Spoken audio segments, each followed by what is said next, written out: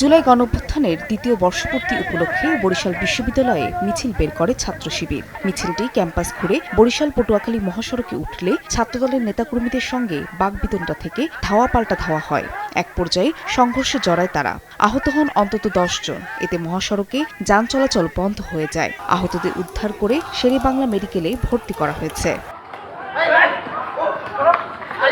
অন্যদিকে রাজধানীর সরকারি তিতুমীর কলেজে জুলাই অভ্যুত্থান দিবসের অনুষ্ঠান চলছিল। এতে অংশ নেন জাতীয় ছাত্র শক্তির 2 নেতা। এ সময় তাদের উপর হামলার অভিযোগ উঠে ছাত্রদলের নেতাকর্মীদের বিরুদ্ধে।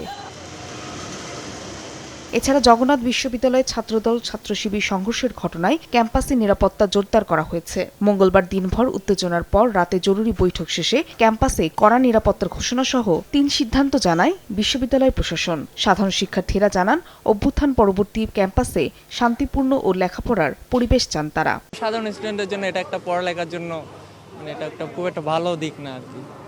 যে যাদের জন্য এই ক্যাম্পাস পড়ালেখার জন্য, তাদের জন্য যদি ক্যাম্পাসটা ঠিক না থাকে তাহলে এটা তো আর ঠিক না। কিন্তু আশা করি আমাদের ক্যাম্পাসে যা হয়েছে আর বিগত সামনের দিনে আর হবে না, আশা করি এই আর কি। সহিংসতার অবসানে বিশ্ববিদ্যালয় প্রশাসন ও ছাত্র সংগঠনগুলোর আন্তরিকতা ও সহমর্মিতা প্রত্যাশা করেন শিক্ষার্থীরা।